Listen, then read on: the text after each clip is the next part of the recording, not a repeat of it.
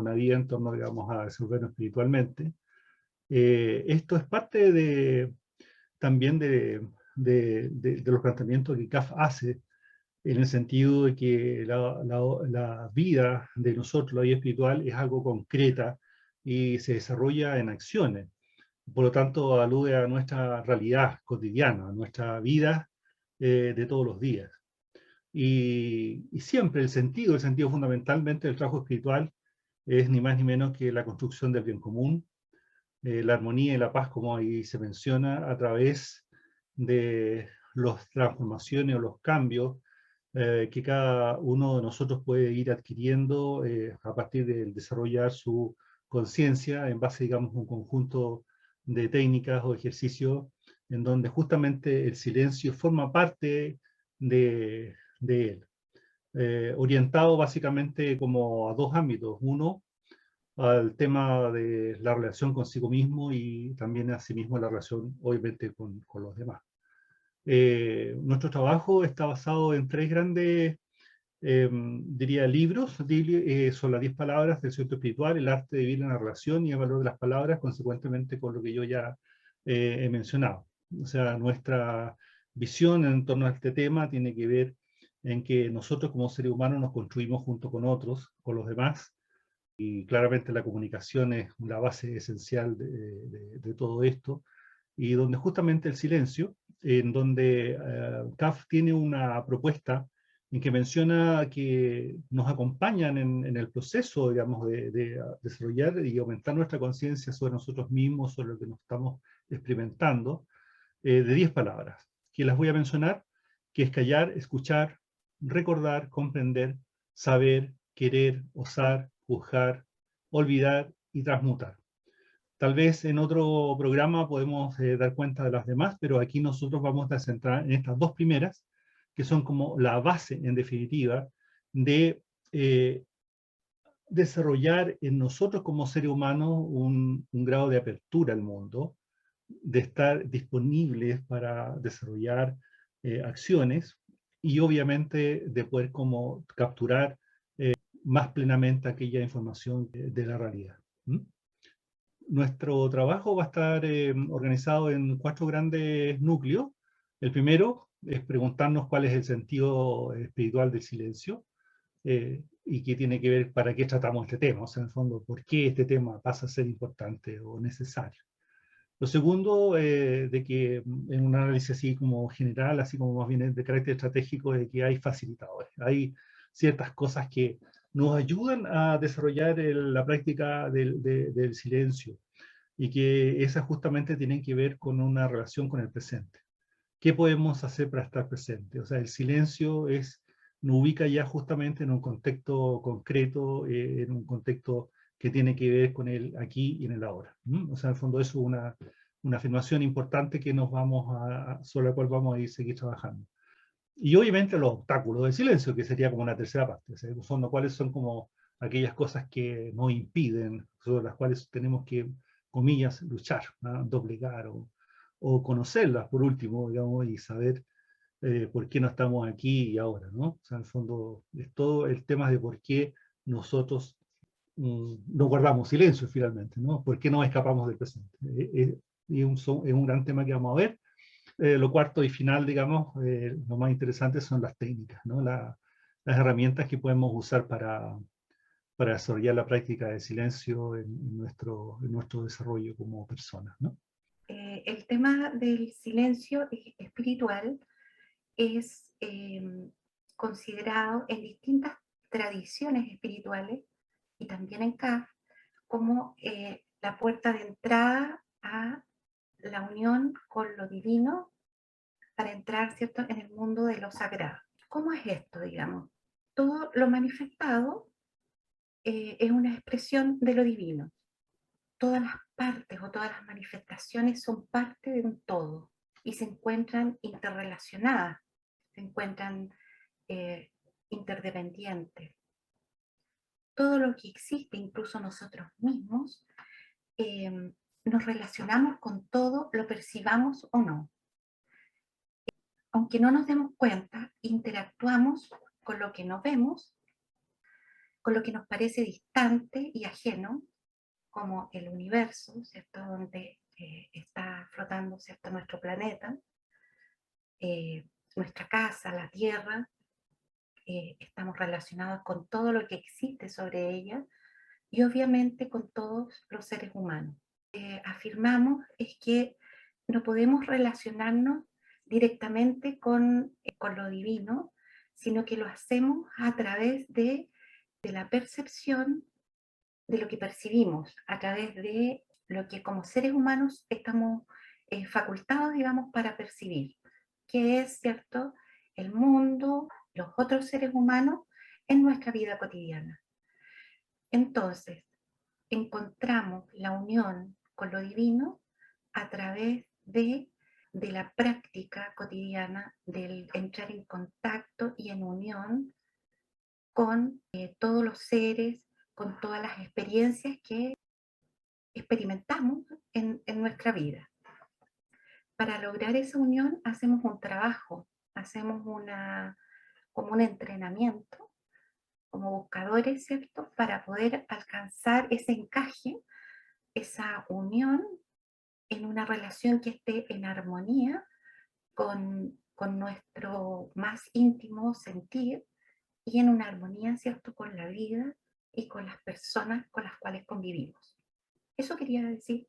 Y en ese sentido, este silencio al cual nosotros estamos aludiendo es el acto voluntario que uno ejerce sobre sí mismo respecto a poder salir de un tema que vamos a tratar más adelante, salir de la mente y desarrollar la conciencia.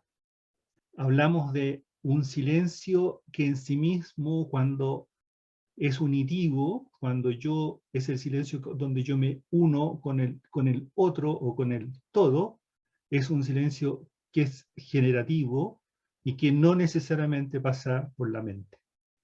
Por lo tanto, el silencio es una invitación a la libertad, es una invitación a la conquista y de un punto de vista cognitivo, como lo vamos a ver posteriormente, digamos, con a través de una serie de ejercicios, claramente es una condición que aumenta la capacidad cognitiva del ser humano para poder percibir y también para poder comprender de manera honda aquello que está sucediendo afuera de él y también dentro de él. Entonces, como para reforzar nomás, ¿cierto?, que tocamos este tema, ¿cierto?, porque nos unimos a lo divino, a lo sagrado, que se expresa en todo lo manifestado y en lo desconocido, ¿cierto? Cómo nosotros, ¿cierto?, nos vinculamos a, a lo divino, a lo sagrado, es a través de todo, de entrar en relación, ¿cierto?, con el agua, con el aire, sentir, ¿cierto?, y experimentar la naturaleza dentro de nuestro corazón. El silencio es más que callar, es más que decir, que dejar de decir palabras. Es callar los pensamientos que se interponen en la realidad y lo que percibimos. El pensamiento lo que hace es generar una representación de la realidad. Y es una representación, es una imagen en la cual permanece como estática.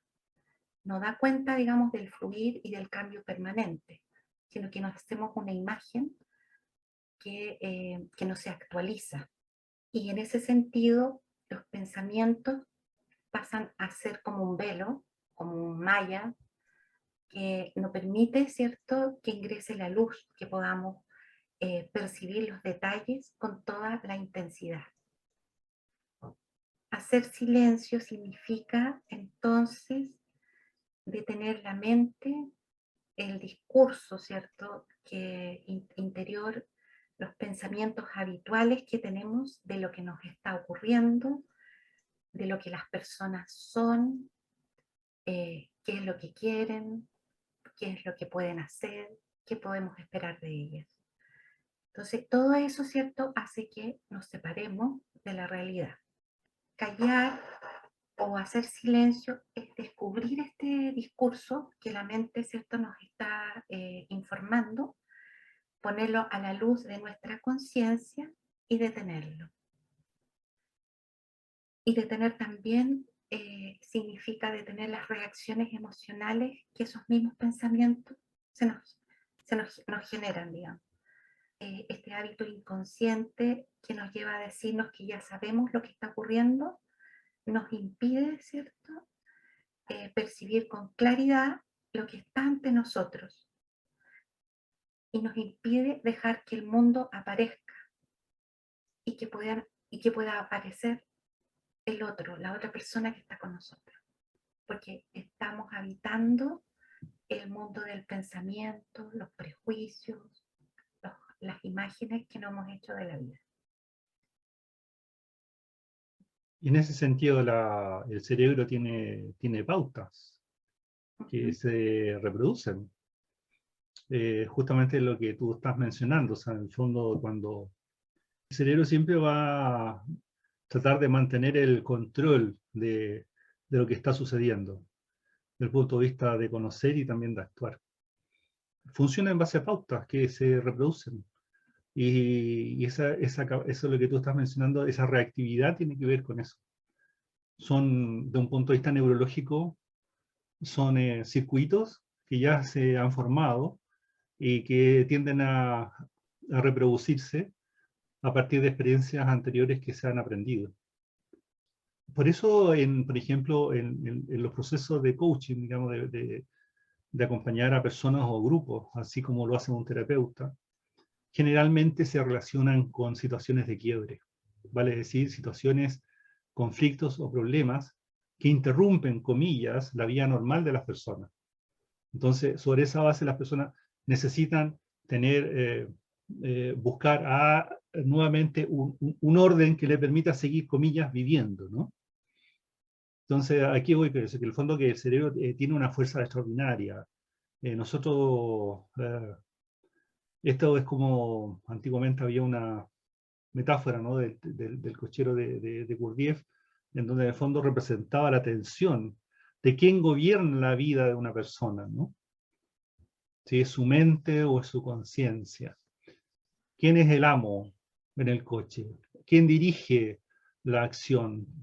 ¿Quién toma las decisiones?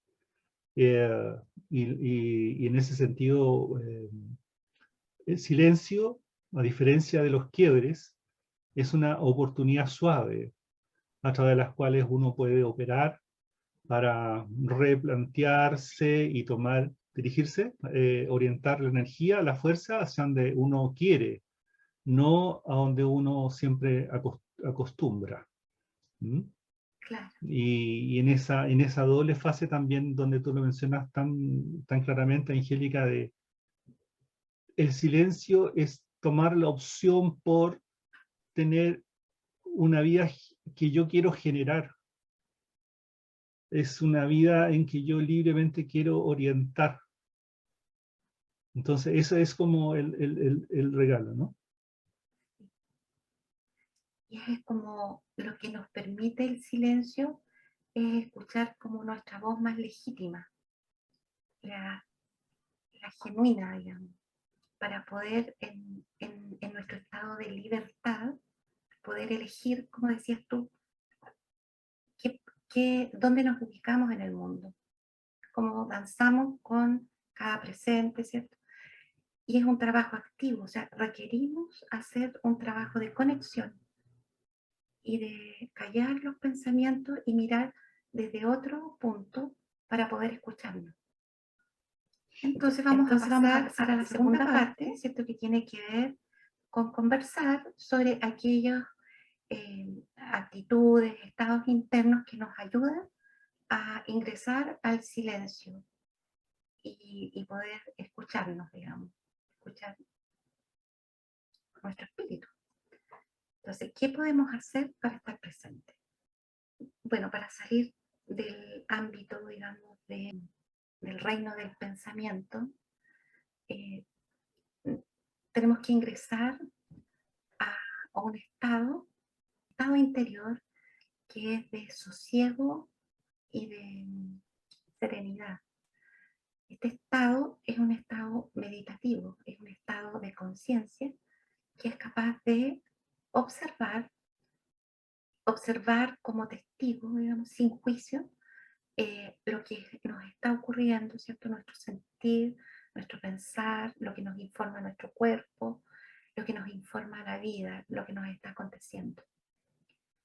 Entonces podemos escuchar desde la plenitud de nuestro ser, no a través de una facultad solamente, sino que dentro de esta totalidad podemos, por ejemplo, para captar, ¿cierto? Por ejemplo, la belleza, la paz, o este mismo sosiego, este aura que vemos en esta imagen, ¿cierto? De este bosque y de la luz, no la captamos, el sosiego, la belleza, no la captamos desde el reino del pensamiento, lo captamos desde la conciencia. Podemos, en ese sosiego y en esa quietud, en ese estado de contemplación, podemos dar espacio, ¿cierto? Para reflejar a los otros, para reflejar el mundo. Igual que un lago, ¿cierto? Que está quieto, igual que nuestra mente, es capaz de reflejar la luna, las aves y los bosques que la rodean. Entonces, necesitamos entrar en este estado de quietud y de autoobservación de nosotros mismos. Claro, y en ese mismo sentido, como tal vez subrayar lo que tú estás mencionando aquí, es también este estado es un estado de mucha apertura al mundo, ¿no? Y por eso es un estado unitivo. Es, no hay nada que te amenace, en definitiva. Tú estás en un estado muy profundo de unión con la vida, en que, y por lo tanto, tienes mucho poder. No, no me refiero, digamos, a la fuerza bruta, sino a la fuerza de la vida, ¿no? Eres parte del conjunto, eres parte del todo. Y por eso produce mucho agrado, digamos. Es un estado agradable, es algo dulce, ¿no? Uno podría decir que cuando uno se encuentra en paz, se encuentra en sosiego, lo disfruta, ¿sí? Qué buen punto, Aldo. Qué bueno que lo dices. Ujú, Porque los sí. estados de divagación producen sufrimiento y está eh, respaldado por las investigaciones, que cuando nuestra mente, ¿cierto?, divaga entre un estímulo y otro, aparte que hay un tremendo gasto de energía. Sí, claro, porque justamente como la neurociencia ya lo ha demostrado suficientemente a estas alturas, que justamente los distintos trabajos de introspección, en el fondo, donde la meditación es una de las herramientas más conocidas, los estados también de oración, modulan el comportamiento de las neuronas del cerebro como ya se menciona, es una metáfora, como una sinfonía. Es una gran sinfonía, es una modulación en donde se multiplican los vínculos, las sinapsis que se van produciendo entre las distintas neuronas. Entonces, por así decirlo, es algo muy agradable para el cerebro. Y ese placer, ese disfrute, obviamente, generan una serie de sustancias químicas en todo nuestro organismo. Nos mantiene despiertos, nos mantiene vitales. Se genera un estado de disfrutar la vida. La vida deja de tener ese peso. Y eso no significa que no existan dificultades ni problemas, porque el estar en un estado profundo consigo mismo es, es más bien un estado de potencia, y que justamente el silencio nos regala eso, un espacio desconocido para nosotros mismos incluso. El silencio nos permite conversaciones inesperadas con nosotros mismos y también con los otros. Nos produce el descubrimiento, ¿sí? Es decir, en el fondo, y que todo eso, además de un estado, digamos, social y emocional, también cognitivamente estamos más allá de la mente. ¿Mm? Estamos en un estado más complejo que ya orbita en una relación de orden más bien sistémico con la realidad. Formamos parte de un sistema, no estamos separados, estamos unidos a un conjunto. ¿Mm? Y eso es una percepción que se provoca justamente en los estados que se llamamos unitivos, digamos, de unión. ¿Mm? Y por eso esta slide que tú has puesto, digamos, de tener, de generar como reverencia y respeto, digamos, no por una cuestión moral, digamos, sino, o de carácter ético, sino es reverencia y respeto porque sencillamente así aparece la realidad. Yo no estoy en una relación de confrontación con el mundo, estoy en una relación de unión con el mundo. Yo creo que en el fondo lo que estamos hablando es como escoger el camino amoroso para alcanzar la libertad y el poder personal para alcanzar lo que cada uno de nosotros quiere. Vamos a decir, digamos, que para estar en el silencio necesitamos estar en un estado de presencia. Y cuando hablamos de eso, significa que tal cual es mantenernos en el presente. Y mantenernos en el presente requiere mantener nuestra atención, nuestro interés, nuestra capacidad, o sea, de mirar la vida con todo nuestro ser, con todas nuestras, con todos nuestros sentidos, ¿cierto? Como decíamos, ¿cierto? Es como detenernos y, por ejemplo, y ser consciente cuando respiramos, cuando inhalamos, cuando nos detenemos, ponemos atención, ¿cierto? En cómo el aire, ¿cierto? Nutre todas las células de nuestro cuerpo. En ese instante en que estamos en la detención, luego exhalamos y tomamos conciencia que botamos el aire. Y así vamos haciendo cada acto de nuestra vida cotidiana una escuela de aprendizaje. La vida cotidiana pasa a ser una escuela de desenvolvimiento espiritual, en la medida en que estamos presentes en ella. Dejar que ella nos enseñe. Y también significa simplificar, ¿no? No llenarnos de tantas actividades como estamos ahora, muy estresados, ¿cierto? Que pasamos de una cosa a otra. Para poder estar presente necesitamos simplificarnos también. También significa darnos cuenta que estar conscientes cómo lo divino está en nosotros y cómo nosotros estamos en el mundo, en la relación con las personas, donde estamos ubicados. Justamente el silencio nos lleva a un estado de presencia y de presente, ¿Mm? De estar ahí, y genera en nosotros como seres humanos un mayor grado de atención a lo que está sucediendo. ¿Ah? Esa es como una primera, y también sobre esa misma base, digamos, el ámbito de la concentración. Justamente, que divagar podría estar como la dispersión, ¿cierto? En cambio, en el silencio, al entrar, el silencio nos permite entrar en el presente, nos permite mantenernos concentrados.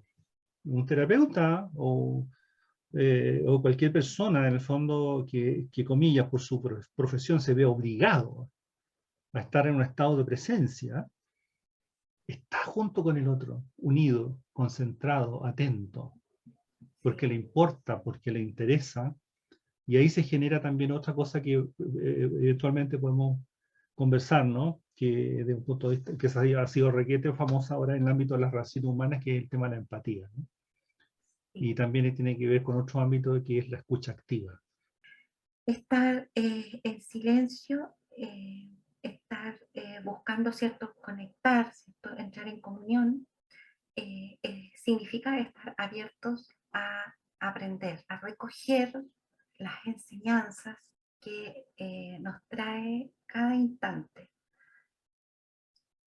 significa, ¿cierto?, tener la capacidad de explorar nuestro mundo interno, activar nuestra capacidad de sorprendernos y de asombrarnos, ser capaces de interpelar, de hacer más preguntas que buscar respuestas rápidas, dejar que las preguntas nos guíen, ¿cierto?, para, para reflexionar con mayor profundidad, ¿cierto?, sobre la vida.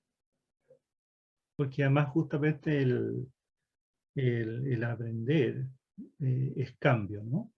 Es, Es generar cambio en uno y generar cambio en tu relación cotidiana con el resto, con los demás. claro. Entonces, cuando uno se concentra en experimentar el silencio interior, Ujú. lo que hace justamente es potenciar tus capacidades para poder aprender de lo que está sucediendo. Una cosa es aprender por el temor y otra cosa es aprender desde el amor. Entonces es muy interesante la unión que tú hiciste, es abiertos a aprender. Sí, Y por lo general el temor justamente es un cierre. Entonces es muy difícil que las personas puedan estar abiertas a aprender cuando, cuando están cerradas por el miedo. para poder entrar en el silencio, ¿cierto? En la unión con la vida, necesitamos estar en un estado de apertura. Como decía Laldo, estar abierto es como lo opuesto a estar defendiéndonos, a estar con miedo. Cuando tenemos miedo, ¿cierto? Lo que hacemos es cerrar. Entonces, tener apertura es como ser una puerta, digamos, por así decirlo. O sea, poder ingresar la información del mundo, de las otras personas, ¿cierto? Y también nosotros podemos salir. Eso significa estar abierto, no solamente, ¿cierto?, es dar y también es recibir. ¿Sí? Para mí, digamos. Yo quería justamente hablar del tema de que hay distintos grados de apertura. Por ejemplo, hay formas de estar cerca de otros en las cuales nosotros nos acercamos porque tenemos afinidad, porque nos sentimos en coherencia, somos más parecidos, es por simpatía, nos atrae, nos resulta más amable esas personas. Y otro nivel de apertura a los otros eh, puede ser, digamos, cuando soy capaz de experimentar lo que otro está sufriendo o viviendo. Entonces ese es como un estado de apertura por la compasión, digamos, por un estado de compasión. Y el tercer nivel de apertura es cuando yo me acerco a otros que pueden ser muy distintos y hasta divergentes con nuestra manera de ser o con nuestras opiniones o ideas. Entonces, lo que nos ocurre ahí es que nosotros, ¿cierto?, nos abrimos a reconocer a esa otra persona como un legítimo otro. Reconocemos el esfuerzo que ha hecho la vida, digamos, eh, por porque él esté ahí y podamos encontrarnos. No solamente él, seguramente participaron sus padres, participaron muchos, le doy un lugar, lo reconozco por una apertura mental y una apertura, como dice Aldo, de amorosa, digamos, somos distintos, pero yo te acepto como un legítimo otro, como dice Maturana. A propósito de apertura, ¿no? O sea, la apertura nos ayuda a conciliar, ¿m? A reunir, ¿m? A religar. Es como eso, ¿no? Es interesante. Y además es interesante porque es como, siento yo como paradójico, al abrirme, ya dejo de ser solo yo. Es paradójico que soy parte de un todo, de algo más, ¿sí? y ese todo también tiene relación conmigo mismo. Es decir, en el fondo es lo que tú estabas diciendo, o sea, en el fondo en esta relación que es casi como un principio de la vida, ¿no? Que es el dar y el recibir. Tener esta capacidad en el fondo como de ir y volver, de tener esta capacidad de escucharme para poder escuchar a otros, ¿sí? De atenderme para también atender a otros, de estar en paz para estar también en paz con otros. O sea, en el fondo tiene que ver con todo este poder como generativo que estamos en este minuto observando, que el silencio permite explorar y una exploración que justamente tiene que ver con el ámbito de desenvolver las capacidades del ser humano, de ser más que él individualmente. Sigue siendo él individualmente, pero es mucho más que él mismo, ¿sí? Sí. Entonces, hay una relación ahí como muy de sinergia, ¿no? De una suma de energías que se pueden como provocar. O sea, en verdad la apertura, eh, eh, cuando, cuando cae derrotada, el miedo y vence en el fondo la confianza y el amor dentro del ámbito de las relaciones, incluso consigo mismo, porque los miedos y los temores no están puestos solamente afuera, ¿no? Eh, son los miedos y los temores propios que uno tiene, que evitan justamente la unión con el mundo, con los otros. Vamos a ahora a observar, ¿cierto?, cuáles son algunos obstáculos del silencio. ¿Por qué, cierto, nos ausentamos? ¿Por qué no estamos aquí y ahora? Y hay recuerdos, ¿cierto?, que recordar a todo esto es como volver a pasar por el corazón ciertos momentos bonitos y que de repente los idealizamos y nos hacen perder atención respecto a lo que nos regala el presente, las personas, los gestos que están teniendo con nosotros.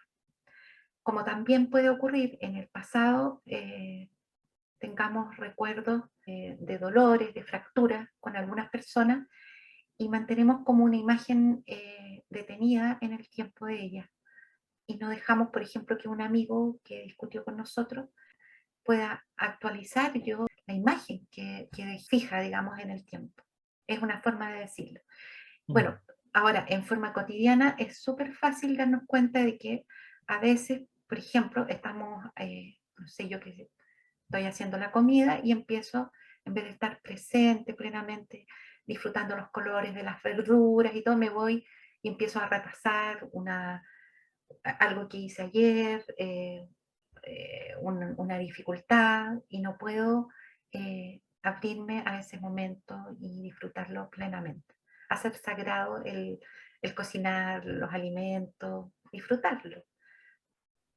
Ahora, una relación sana con el pasado, digamos, en el fondo es resignificarlo. Básicamente ese es el tema, ¿no? Particularmente en aquellas cosas que van siendo, comillas, traumáticas o pesadas en cada uno de nosotros. O sea, el fondo, el pasado pertenece, digamos, a una función súper importante de nuestro cerebro, que es la memoria, ¿no? Y la memoria, para que todos lo sepamos, claramente es selectiva, digamos. Entonces, son representaciones de hechos pasados, digamos, al fondo. No son la realidad, son representaciones, son meras interpretaciones y circuitos, y circuitos cerebrales, ¿ah? Que tienden, digamos, a reproducirse, digamos, nada más. Por lo tanto, en ese sentido, el valor que tiene el pasado es en cuanto a obtener aprendizaje, digamos, y no seguir repitiéndolo, y particularmente, como tú bien dices, Angélica, es que no nos impida vivir el presente, ¿no? Básicamente eso. Cuando nosotros estamos en un estado presente de incertidumbre, básicamente, la angustia se reproduce desde el pasado al revivir en un estado presente una situación pasada, a eso me refiero, Ujú. y que ha sido dolorosa o traumática, y que no ha sido superada. Entonces, solamente por asociación, uno viene y trae ese estado emocional, digamos, a un estado presente. Ahora, Bien. también el futuro, podríamos tocarlo junto con la incertidumbre, como la Sí, sí. angustia, o sea, la ansiedad por tratar de Ansiedad. controlar de controlar lo que va a pasar, ¿cierto?, en el Lo que va a futuro. suceder.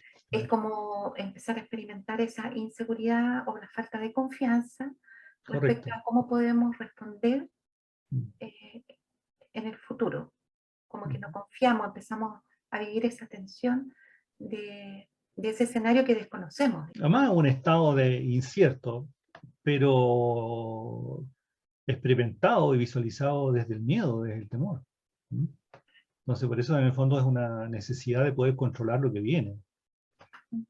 Incluso puede eventualmente provocar, digamos, las dificultades que una persona podría tener para proyectarse. Entonces, lo interesante en ese sentido, digamos, también es una capacidad del ser humano que es prever, ¿no? Tener esta capacidad inductiva o deductiva, digamos, de imaginar lo que viene, pero desde un ámbito en el cual lo que viene más bien se escapa de las manos o del control del individuo. Entonces, en ese sentido, aquí aparece justamente tanto el pasado como el futuro bajo estas características como amenazas que son súper importantes para estar viviendo el presente en un estado de paz, de tranquilidad, ¿no? Claro. Está desplazado, el ser humano está desplazado hacia uno u otro, digamos, está ajeno a sí mismo, por así decirlo. Y está en un mundo imaginario también, porque es el mundo, Además, es un sí, mundo muy bien, que sí, claro, está en el mundo de los pensamientos, así es. atrapado, digamos. Los deseos llevan a interesarnos solo por vivenciar algunos aspectos que se nos aparece, ¿cierto? Miramos las personas, los lugares que nos resultan atractivos y recortamos de la realidad todo aquello que no nos resulta interesante o deseable. Entonces, en ese sentido, como práctica espiritual, inclusive nos dicen que busquemos aquellas personas que nos gustan menos, comamos a lo mejor aquellas comidas que rechazamos, aunque sea un poco. En fin, o sea, para poder ejercitar la capacidad de experimentar la vida en su totalidad. La práctica del silencio, ¿qué herramientas podemos usar? Entonces, ahí. Hay varias herramientas disponibles, ¿no es cierto?, que están en nuestras manos. Bueno, ahí está, pues, en que si no te transformas nunca vas a volar, ¿no? El pobre gusanito ahí está eh, sin poder volar, ¿no? En el fondo, ese es como el tema. Entonces, ¿cómo podemos volar? Bueno, muchas herramientas están disponibles y en verdad solamente mencionarlas y decir en términos generales un par de sus cualidades y decirle que claramente esto sencillamente puede significar el desarrollar algunos talleres y justamente aquellas personas que se encuentren interesadas en poder incorporar estos aprendizajes puede hacerlo dirigiéndose, digamos, a Carmen Moreira, carmenmoreira@caf.cl. Estas posibilidades están en nosotros, en cada uno de nosotros, y requieren sencillamente de ejercicios y mantener la intención y perseverar, digamos, al fondo hasta irlo perfeccionando. Como cualquier técnica, son perfectibles, todas y cada una de ellas, y las voy a mencionar. Está el tema de la meditación, que justamente guarda también un espacio. Todas son de carácter más bien introspectivo, es decir, en el fondo tienen esta capacidad de aumentar los grados de autopercepción del sí mismo, ¿no? De lo que Angélica mencionaba, en el fondo, el legítimo ser, que también lo podemos vincular con el desarrollo como de la conciencia o de la autoconciencia, de estar en sí mismo. O sea, en el fondo algo así como tomarse en serio a sí mismo, valorarse, quererse mucho, atenderse, escucharse desde el silencio, como la meditación, digamos, en el fondo nos plantea. La reflexión, que en el fondo justamente es volver sobre la experiencia, ¿no? Es volver a observar la experiencia. Los estados de oración también, ¿no? Que es en el fondo vincularse con aquello, con lo divino más allá de uno, a través de la oración. Hay una técnica que CAF, digamos, tiene, que es el examen retrospectivo, que en el fondo también es una visión acerca del día a día que uno experimenta. Los ejercicios también de detención, que son también justamente detenerse y observar qué es lo que está ocurriendo y aquello que está observando. El diálogo también como una práctica desde el punto de vista de generar no la ruptura, sino más bien la continuidad del pensamiento junto con otros, más allá de uno. ¿Mm? Y obviamente, digamos, la autoobservación, ¿no? Y son como prácticas que están justamente ligadas con el desarrollo de la práctica del silencio. Todas estas guardan en alguna medida momentos de silencio, que es como retornar a la casa, ¿no? Retornar al poder, retornar en el fondo a brindarse un espacio de desarrollo del potencial que cada uno de nosotros guarda como ser humano. Entonces decir que todas estas herramientas nos llevan a experimentar la vida de manera más plena, ¿cierto? Vamos cerrando entonces. Claro, esto va a ser un poquito ya excesivo, ¿no? Pero a modo de síntesis nomás y en términos generales, de mencionar y decirle que en realidad en muchos de los temas que hemos tocado, particularmente el tema del silencio, tienen que ver con la época actual, con el desarrollo de un paradigma del desarrollo de nosotros como seres humanos, en donde el racionalismo, las ciencias materiales, digamos, que se dedican, digamos, a lo evidente, tienden a converger en muchos aspectos con la fenomenología, que es el estudio más de los aspectos más subjetivos, que podrían estar más bien ligados al plano del desarrollo espiritual, ¿no? De la subjetividad. Y esto justamente tiene que ver con una orientación de esta época, ¿no? Que en el fondo es desarrollar la conciencia de todos nosotros como seres humanos.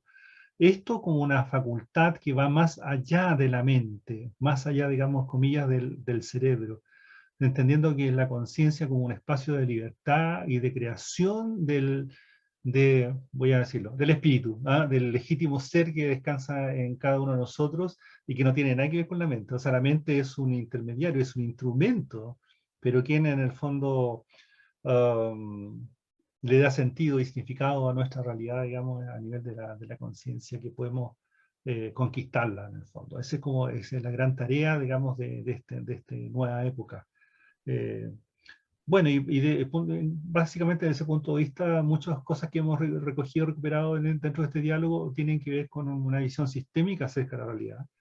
El racionalismo funciona en base, digamos, a oposiciones, blanco y negro. En cambio, hoy por hoy se comprende la realidad, que es algo bastante más compleja y que se constituye más bien por distintos puntos que están unidos, aquellos que son visibles y otros que son totalmente invisibles y que potencialmente están actuando ahí sin que nosotros lo sepamos. ¿Ah? Entonces, un poco lo que Angélica decía, en el fondo, donde lo divino está en lo manifestado, pero también está en todo lo aquello que es potencial, no lo sabemos. Y entonces, sobre esa perspectiva, está nosotros como seres humanos trabajamos en desarrollar la conciencia espiritual en una perspectiva de desarrollo más integral. La razón es insuficiente para dar respuesta, digamos, a la vida, sino más bien hay una visión integral en donde justamente la inteligencia emocional forma parte de las conquistas que vamos a tener que desarrollar. Y en ese mismo campo, obviamente las neurociencias han aportado un montón de comprobaciones acerca de cómo funciona el cerebro, por un lado, pero también de aseveraciones que son como parte de las prácticas tradicionales de la vida espiritual, en que justamente dan cuenta de un punto de vista del campo fisiológico, de la química y de la electricidad que ha tenido el cerebro, de que en realidad es importante y es necesario para todos nosotros como seres humanos el hacer prácticas de silencio que tienen que ver justamente con prácticas de desarrollo espiritual, y donde una cuestión que ha surgido en este mismo sentido en los últimos prácticamente 10, 15 años, que en el ámbito de la física cuántica cada vez son más comprobables que la conciencia afecta a la materia. O sea, en el fondo, eso ya es parte de una realidad bastante comprobada desde el punto de vista científico, de que la conciencia del ser humano altera la materia. Sí, así de claro. No, entonces terminamos con una cuestión que por todos muy conocida, donde la mente es materia y la materia es mente.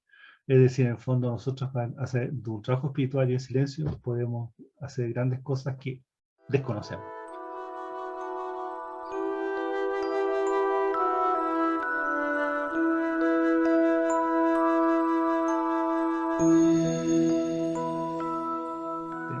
entender de que las neuronas no solamente están en el cerebro, ¿no?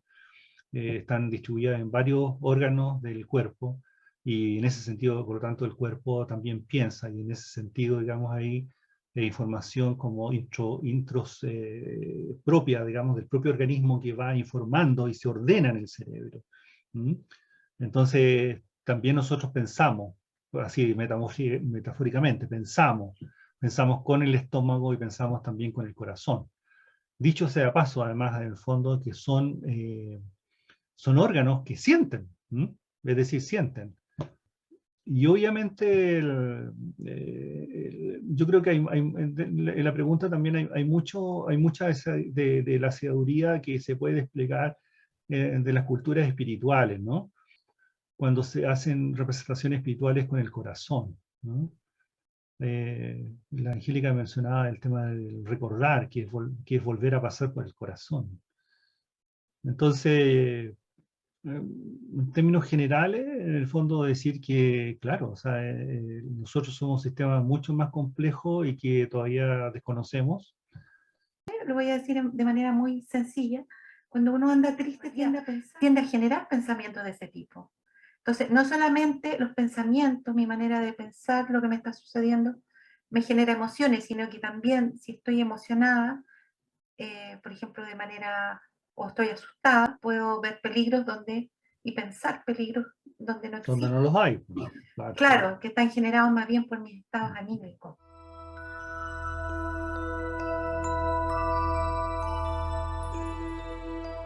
Las cosas primero se conquistan solo en base al ejercicio, de ejercitar. Por ejemplo, todas las prácticas que yo mencioné brevemente, cada una tiene sus pautas, tiene su principio y su desarrollo y su final. Y creo que en la pregunta contiene también de cuál es el resultado y incluso cómo yo podría evaluar el resultado que tengo de esa práctica. Yo, por experiencia personal y también porque, bueno, yo ya sabes, yo soy miembro de CAF también, llevo bastantes años. La sensación más bien es que son distintos ejercicios que uno nunca termina de perfeccionar o de aprender. Y que yo creo que están en el camino justamente de la maestría o la sabiduría, el poder persistir en base al ejercicio, nunca dar por terminado un aprendizaje. Y yo creo que lo segundo también es súper importante de creer fuertemente, intencionando los ejercicios en torno a eso. O sea, no prefijar, como decía también Angélica, un resultado, sino hacer el ejercicio por hacer el ejercicio, en búsqueda del silencio. Uh-huh.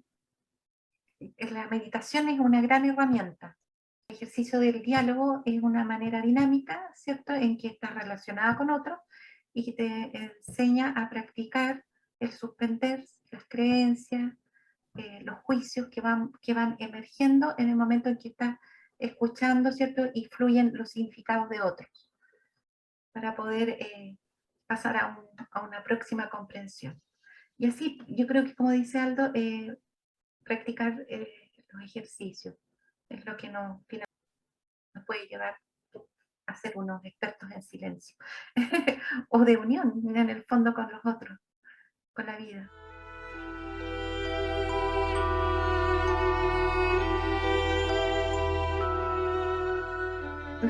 Bueno, de partida es como darse cuenta en qué momento estoy. Es como decir, estoy divagando. Es como mirarse de afuera. Yo creo que es parte del Y, ejercicio, ¿no? claro, y orientar el pensamiento hacia lo cual decidimos poner atención. Uh-huh. Estoy meditando, estoy observando. Es como hablarse a sí mismo. Volver. Volver y traer, digamos, la atención al punto.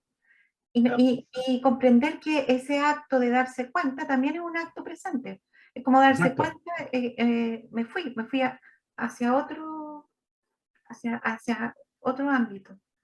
Ahora, para la tranquilidad, digamos, de todos, a todos nos ocurre más de una vez, digamos, todo el cuento, digamos, ¿no? En el fondo y el tema está que justamente es como crear estructura. Si en el fondo hay que entender que nosotros lo que hacemos es a través del ejercicio y la práctica de crear redes neuronales nuevas que no existen en nuestro cerebro. Entonces estamos en un proceso como de creación. Y mientras más temprano lo hagamos, mejor. Y mientras más persistente, mejor también es su desarrollo.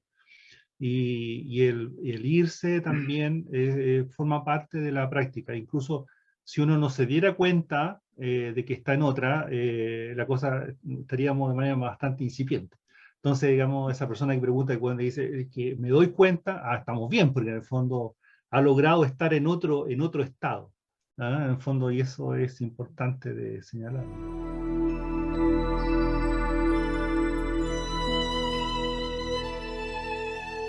No, no, imposible.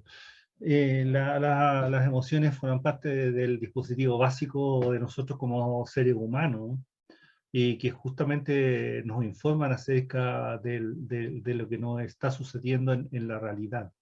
¿Mm? Tiene que ver con... Las emociones tienen que ver con la capacidad de orientarnos a la acción hacia una determinada dirección. Eso es. Entonces, uno nunca deja de sentir, nunca. Lo que puede, como decía Angélica, suprimir, negar las emociones, pasarlas a un estado de absoluta inconsciencia. Pero sucede que justamente ahí siguen operando.